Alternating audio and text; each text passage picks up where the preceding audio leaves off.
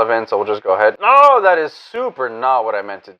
Oh my god. Okay, well. Hey everybody, Espira, and we're jumping into some Union Arena demo gameplay. If you guys haven't seen the announcement conference in regards to everything that they plan in regards to tournaments and the releases coming through in October, as well as the demo events happening at Bandai Fest LA, you guys are definitely going to want to check my video up in the corner there where we kind of watch and go over all the details there. But today they do have the demo lobbies open to be able to get some test games in. So with that said, we're going to jump in and kind of get our first taste at what Union Arena English Edition has in store for us. All right, so for those guys who've never been, this is the lobby. It's pretty jank, I'm not gonna lie. They do have the English cards here showcased around, so those will definitely get shared around over the next day. If you guys want to keep up with all the news in regards to Union Arena, links to the Discord and different socials down in the description and comments below. With that said, these are the little machines here that should be letting us get some test games in, so let's get our first game of Union. Welcome to the game Union Arena. Learn the rules once and you can enjoy Union Arena for a lifetime, and that's the whole big draw of this, is the fact that it's one rule set for all these different. Have fun playing a card game that includes your favorite characters. Let's start playing. We'll be using a HunterxHunter starter deck. Decks are what we call the 50 cards you need to play, and they begin the game face down in a stack. So typical there. Let's open the pack. Boop. We do have a different card back, which is very interesting. The Japanese version has a very striking red, whereas we have the black. So obviously no mixed cards a bit games. Determine players 1 and 2 with a round of rock, paper, scissors. Very appropriate here. This time we'll be going first. That's fine. So you draw your starting hand from your deck. Let's see what your cards get. From the looks of it, our starting hand is 7 cards. You are allowed to mulligan once, but let's skip it this time, which is fine. Now take 7 cards from your deck and place them face down in your life area without looking at them. Naturally, anytime you take life, you take a card from there. In most cases, your opponent places 1 card from their life area on their sideline when you damage them. If you manage to reduce your opponent's life to 0 first, you win. So a big component here is that it's taking them down to 0, not like One Piece or Digimon, where it's remove all their shields and then 1 more. Okay, it's time to start playing. Start your opponent. Let your opponent know you're ready. As player 1, you'll go first. You'll alternate taking turns. Player 2, your start phase cards like this. Normally, all your resting horizontal cards will be switched to active, but you don't have any cards, so let's go. Place an action point card face up in your AP, and action point cards are one of the higher rarity cards in the game, especially when you go into like the alt arts, and sometimes they have like serialized. Sometimes they have serialized rarities. And when player 1 does not draw a card from their deck on their first turn, you start the game with 1 less card as a trade-off for being able to take action before your opponent. Sure, that's fine. Next comes your movement phase. This is when you would move characters on your field, but since you don't have any yet, we'll skip it. So that's when you move things from your energy line to your front line. So we'll begin the main phase. After that comes your main phase, where you're allowed to use cards in your hand and activate abilities. Using cards in your hand, you'll need to pay their AP, so action point cost, by switching the appropriate number of AP cards to rest. So if you guys have played like Battle Spirits or kind of know the rules, Union Arena is kind of like an alternate version of this, where cards on your energy line, which is like your lands or stuff like that, those that are there have these little markers on the bottom, and those pay towards the requirement cost at the top left of a card. You can play cards when you have enough energy generation icons to meet the required energy. So it's like, hey, there's this requirement, and once you've met this requirement, you can pay the AP cost to be able to play the card. So if we're here to play something, we need to choose something with a 0 to be able to actually get our stuff started reduction. So here you can see that we have a 0, 1, 2, 3, 3, 3, and a 6 all the way here. So we have a total of 6 symbols to be able to get over into the Hisoka. So we'll push this over to the energy line. Number of cards we use now that all of our AP cards are in resting. Next comes the attack phase. Obviously don't have anything in our front line, so we'll pass there. Pretty good. This is a pretty good little client they got over here. After the attack phase, you enter your end phase, switch all your cards on the field to active with the exception of AP cards. Kind of cool, you can attack, so very proactive game. You can activate your abilities, attack with your cards, and then they will come back active afterwards. The opponent's probably going to do the same thing, gets an action point, gets 2 action points to kick off. And the way that the action point distribution here is a little bit weird. It's like, on your first turn you get 1, on your opponent's turn they get 2, then you get 2, and then you both skip a turn, and then the turn after that you get action points again, I think, or something of the sort. Well, we'll see when we get there. So they kick off into their main phase. They'll do the same thing here of going and playing 2 zeros. Because obviously they have action. So 0 symbol cost, but they do still have the 1 in regards to the action point. It looks like your opponent also played a character. It's time for you to take your second turn. If you have any resting cards in the field, such as an active mode, we haven't done anything, so it's fine. And then we get an addition. Player 1 gets 2 epic cards, work on their second turn. Finally, it's time for you to draw a card. Woo! Got ourselves a Killua. We don't want your opponent getting ahead of you. Play the Leorio card in your hand energy line. So that's this one here. So it has a 1. We have our 1 symbol down here. Then it costs 1 action point, so dump it here. And now that we have 2 symbols, we're able, or 3 total between the 2 on the Leo and then the 1 on Gon, we're able to actually go into one of these if we want to. When played, return 1 other character on your field with 1 or less required energy in your hand. If you cannot, return this character to your hand. So that's kind of a blow, but that's fine. We bounce it back. We still have our 2 available. So we can play the Gon again, or we can go ahead and play this, what looks like a field card. Next, you have a Whale Island site card. So a side card, close enough. Let's play that energy line so it can generate energy 2. So 2 symbols, 1 action point. And pass this produces a color. Attack phase, nothing happens because we got none going on, and then pass our turn. Your opponent's turns begin. During the start phase of their second turn, player 2 draws a card but stays at 2 AP. Yeah, like I get the balancing around this, but this is kind of weird. The fact that like, okay, so turn 2, nothing happens, and then turn 3 is kind of when we get our 3rd action point, I think. I guess as to which cards they'll play, I have no idea. Could be cards very similar to mine. Looks like they were in trouble and drew another card. Once each turn, you can pay 1 AP to draw an additional card after your first draw. If you wish, take an extra draw when your hand is looking. I like that. I like the flexibility of that. It does open up to, or preventing bricks. So big fan there. And then use their other action point to go and play this Leo, which will then go ahead and bounce the card.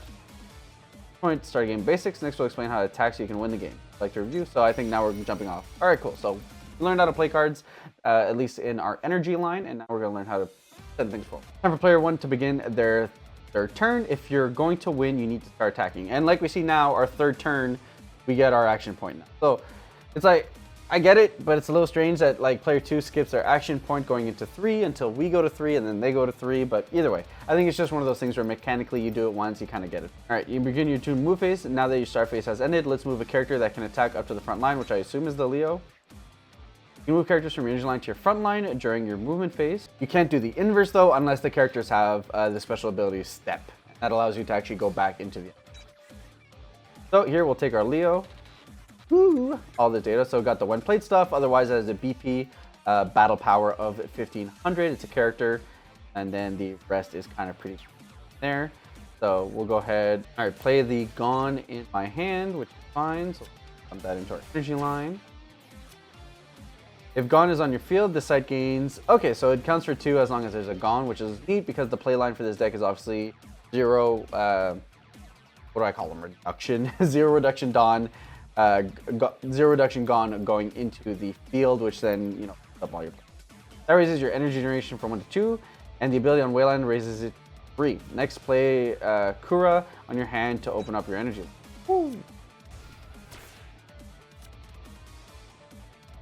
Kurapika has 2 energy generation, which means your total is now up to 5. Are we lining up to play a Hisoka? Is that what's happening? Oh no, they're gonna make us play the Gon, right? The 5 reduction. Winning in Union Arena requires serious character reinforcement, so let's perform a raid. Place the Gon in your hand on top of the Gon in your energy line. This kind of like evolve in other card games. Woo! Come on. Raid. Alright, can I look at the card? Can I read the card? Please! When played, all characters in your field gain 1000 BP until the end of the turn. Now that's Raid. The stronger card has a specified character card name written on it. You can play it when on that specified character card is on your field. Performing Raid allows you to activate powerful abilities, switch characters to active, move in the front line, and attack immediately. Lots of things. Now perform Raid and go on the offensive whenever you get them. Now all your AP cards are resting. You're done using cards, which would open up the attack phase. I kind of wanted to go on card a little closer. Time for your first attack. Start by choosing an active character on your front line that you want to attack your opponent with. Since you're still in the ropes, just pick a character with high BP. Alright, sounds good. 5k looks good to me. Deal 1 damage by selecting a card in their life area, which is checked for triggers. So I get to choose always. Left is best. Choose a card. Middle, left, middle. Go down the middle. You have another character able to attack on your field, so continue attack number 2. Send it over. Go ahead and take it. It looks like they revealed a card with a trigger on it. The trigger on the card in your life area activates when the card is turned over. The trigger for Photo of Ging reads draw cards, so your opponent draws one from their deck. Triggers if you play Digimon, if you play One Piece, nothing too atypical. If you played Dulma or Kaijudo, same concept as well. All the characters on your front line are now resting and able to attack, so let's go ahead to the end phase. So end phase, everything goes back up. When it starts, we'll do some stuff. Presumably here we're going to learn about blocking or some kind of mechanic similar. Look at the top 5, reveal the character, add it to the hand, goes add to the energy line, adds to the energy line. And kind of left himself defenseless. All right, so go ahead and take our 4th turn, which I guess here we're going to learn how to close out a game. Because now they're definitely going to let us play the Hisoka, right? Star phase has ended, new moment has begun, but let's get past the turn to take advantage card you just drew. Play the Leo. That'll increase the amount of symbols we've got. Kurapika becomes stronger because we have enough characters. Area duration has jumped from 4 to 6. Hisoka is a strong character. Having on your front line will protect against attacks from your opponent. With characters like that, sometimes it's best to play them directly onto the front line. Okay, so you can actually just play directly into the front. Cool. Let's do that right now with the Hisoka in your hand. I look at it for... Can't use any more cards now, so all your AP cards are resting. Attack phase, choose an active character you want to attack your opponent with. Like last time, start a character with high BP. Not entirely sure why though. We'll see.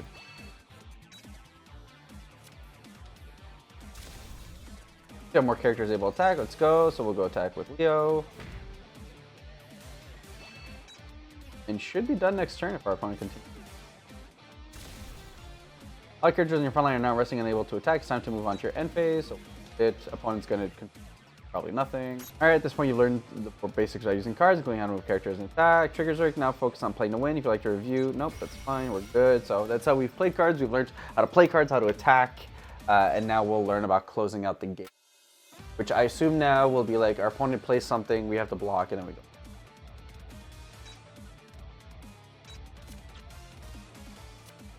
Yep, so moving up that Leo. Gonna boost it up to 4K, which will allow it to our Leo. Got our Gon. They play their own Hisoka. I'm learning about blocking. Alright, cool. When your opponent attacks, you can choose an active character in your front line to block with. This late in the game, it'll be more effective to block using characters with low BP. Which makes sense because since you restand all your cards. Well, there's an argument to be made that we should just make the trade here so that we can close out the game afterwards. But if we just want to chump block, that is probably...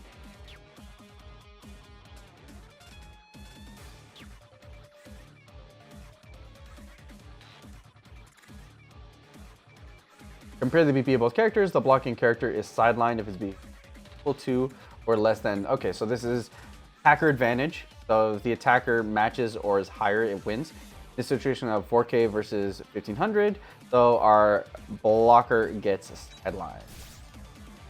But we don't take damage because they never do. Take note that attacking character is not sidelined with BP is equal to or less than. Yeah, so if you lose an attack, then that's fine. Your character's need to deal 3 more damage to your opponent to win. So let's move their characters from the front line. Use that fishing rod. Choose one character your opponent's front line would be equal to or less than 1 characters.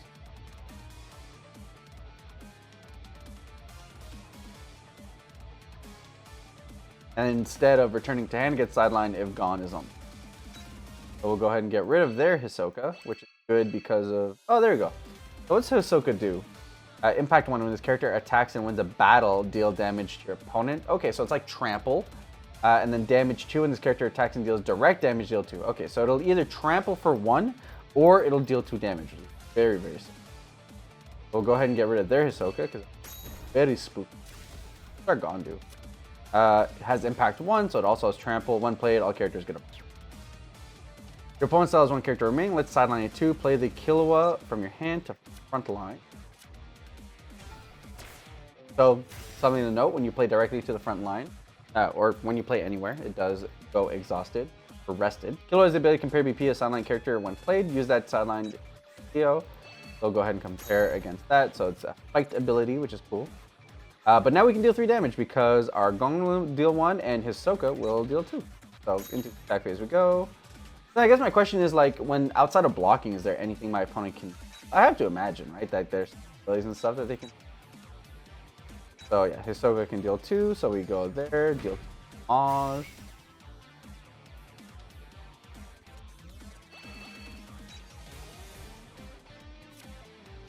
Captain the ship, shots, and now we'll finish up with Gon. Woo! Alright, last life, here we go. Opponent has no cards left in the life area. Victory is yours, congrats. Woo! At this point, you've successfully played an entire game from start to finish. You're good to go. If you still have any questions, do otherwise, go ahead for... Alright, so we kind of get the gist of it. My only question is in regards to interaction. Like, is there any interaction that's not just like block or whatever? I don't know. This obviously isn't a very competitive leaning game, but we got a sense of what playing a card is like, what combat is like, and what winning. Let's go ahead and don't get a choice of any other decks from the looks of it. So we are just going to...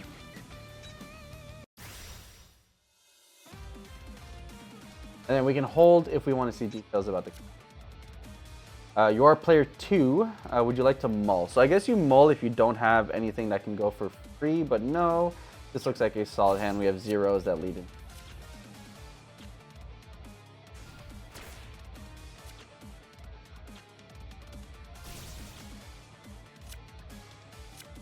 Two action points. We get to draw a card. We got there. We like to take an... I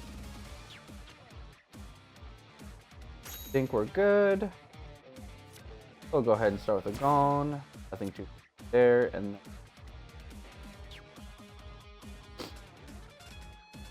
Mito is a little bit stronger to use later on when BP become relevant. So we'll just go ahead. No, that is super not what I meant to do.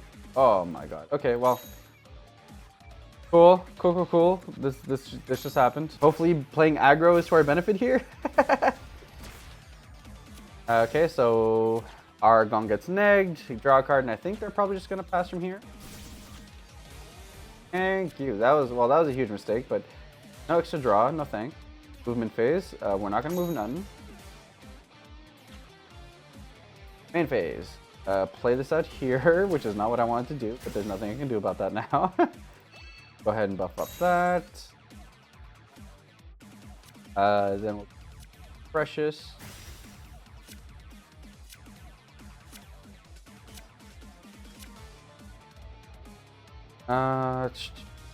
Alright, reveal up to 1 character card. So I guess the best thing to add here is Oka. Right? Like, that's just how we're gonna be.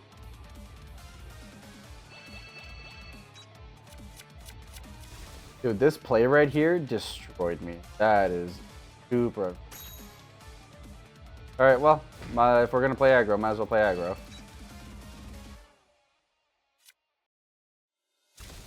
Alright, and then pass, and hopefully we just get destroyed. Get to a kill well, we can go ahead and Shrek them.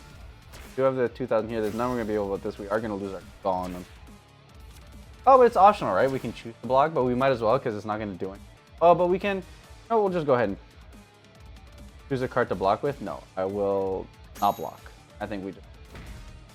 Because we can impact on top of our Gong.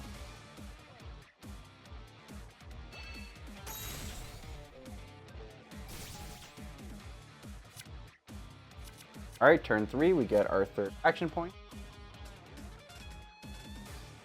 Would you like an extra draw? No. Card, we'll skip that. Alright, so that'll go into our energy line here. Play, draw card. Alright, fantastic. I'm glad we're getting things happening because we are in a very not great spot. I think we need to play this Leo here to kind of get some big stuff going. Then finally, I think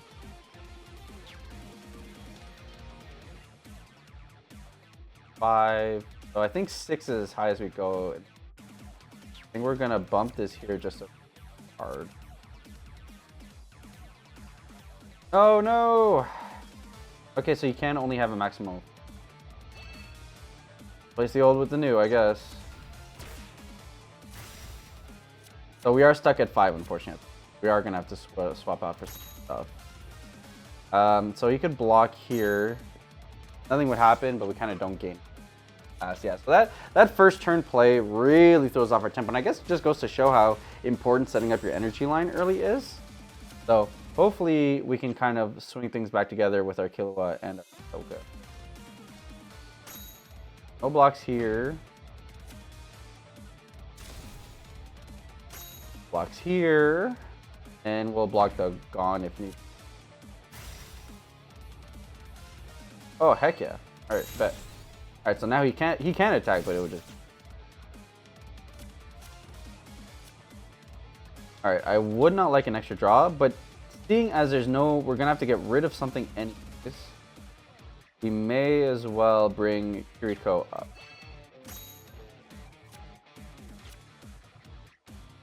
All right, so now we need to produce 2. And fishing rod will allow us to remove something from the board. Go to the highest. Yep, so we'll go ahead and put that down here. Now we can kind of play basically our hand. Unfortunately, we can't continue playing the aggro, so we're going to have to play a little bit more board control. Start off by probably playing the Killua, honestly. And I realize there's no benefit to not attacking, at least with the 2K. The 15K could get blocked for free, but the 2K can actually get in pretty good right now. So we'll go ahead and the attack. This is kind of free getting in. And obviously he can just... Hopefully we don't hit any triggers. We do hit a trigger, but that's fine. Matter. And this can attack, but it won't do anything.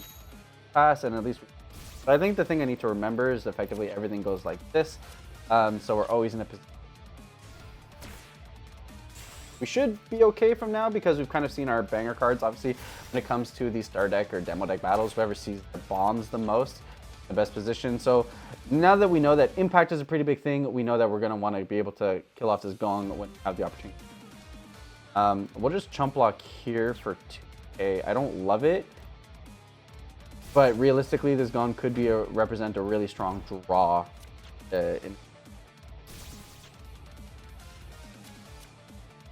explicitly because of that. So 1 to play for this Gon is pretty good. We'll actually just skip the... actually, is there a reason? We'll go ahead and skip. I think we're at a good spot right now.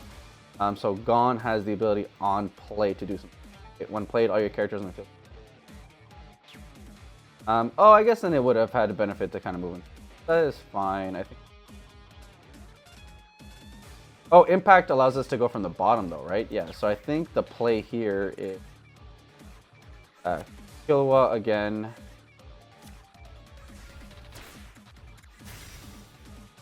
Go ahead and get rid of that. And then we can impact the Gon, which is pretty big. And that'll bring that up.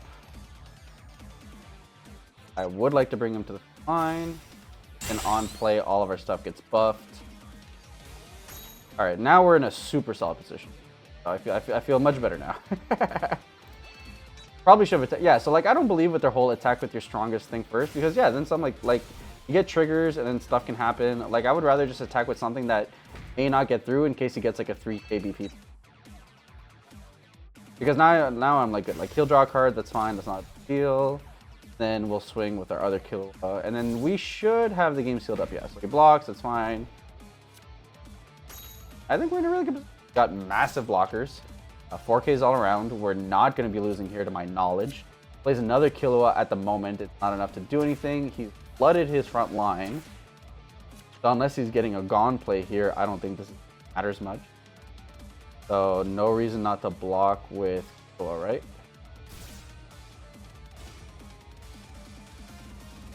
And here, no other Killua. Here we'll block with this Gon, which is fine. Actually, I could have taken that down. That's fine, that's not.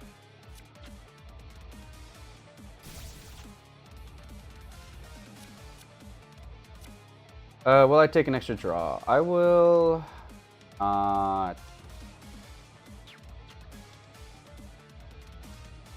um, yeah, I think we can. Does that matter? I want to play the Hisoka. Skip that. He's just gonna chump block all day, but I think that's fine. Play your Leo down. Then I think no matter what, we're gonna play the Hisoka up here. Won't do anything this turn, but fine. Go to attack phase and we'll.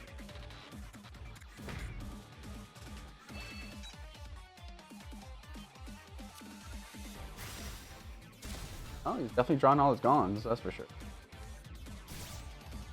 Alright, now we'll see if he blocks. Which, to be honest, if he blocks his Gons, that's great, because like that's just no impact opportunity. Or no raid? Yeah. Which, there wasn't a raid opportunity. So I think one thing to notice though is that like the more you flood your board, like I won't be able to add things to my energy line unless I play other things. I won't be able to add anything to my front line, so that's something to consider. But now no matter what, these two have impact, right? So I guess I should have been attacking with them no matter what. Oh, that's why he didn't block. I would like to take an extra draw. I would, because now if I draw like another fishing rod or something like that, very powerful. So here now I can, we're just gonna skip that. Now we can just start using remove. So if I fishing rod, this should basically guarantee that, but there's no reason not to use our action point. So what does this do?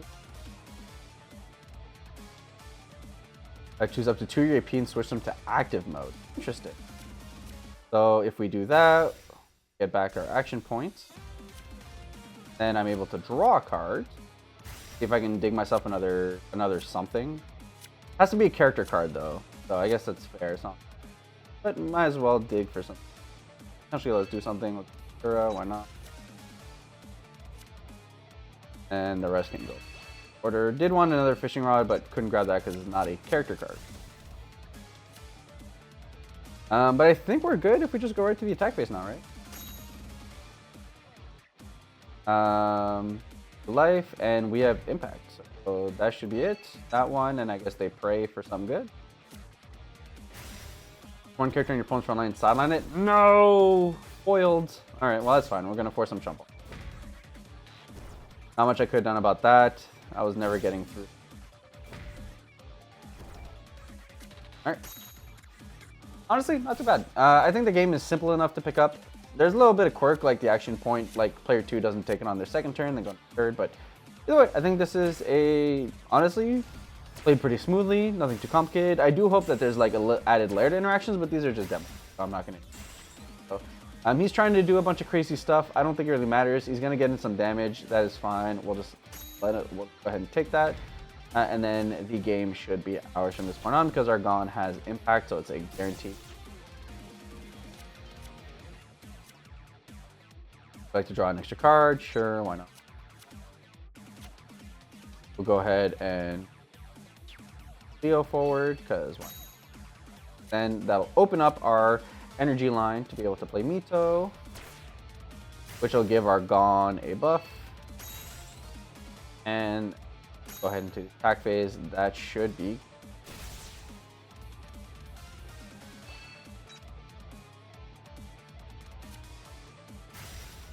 All right, Leo gets the trigger, and that should do that. All right, honestly, pretty decent. So, and now we're back over to demo scene before going back. Honestly, that was extremely easy to pick up. I can't say I had any complications in regards to understanding any of the rules. Naturally, I play TCGs myself, but this definitely seems like a game that is simple enough for anybody to pick up. And I think that's the beauty, is the fact that like, hey, spend 10 minutes, kind of get it down. I come from Battle Spirits at this point, so I think the reduction system makes a little bit more sense to me. But I think it's cool. The application here of just like, hey, here's a requirement, but not a cost, is very neat. And we got to saw things like draw triggers and shield triggers and things that involve us restanding our APs, which means maybe we have turns succession, stuff like that. So if this is the power level of what demo decks are providing, I think I'll be really content with what the inset stuff has to go for. So with that said, guys, let me know what type of UA videos you guys want to see. I'll try my best to showcase as much as I can, especially as we get reveals and stuff, and we get to the demos over in LA Bandai Card Fest. So with that said, I'll catch you guys on the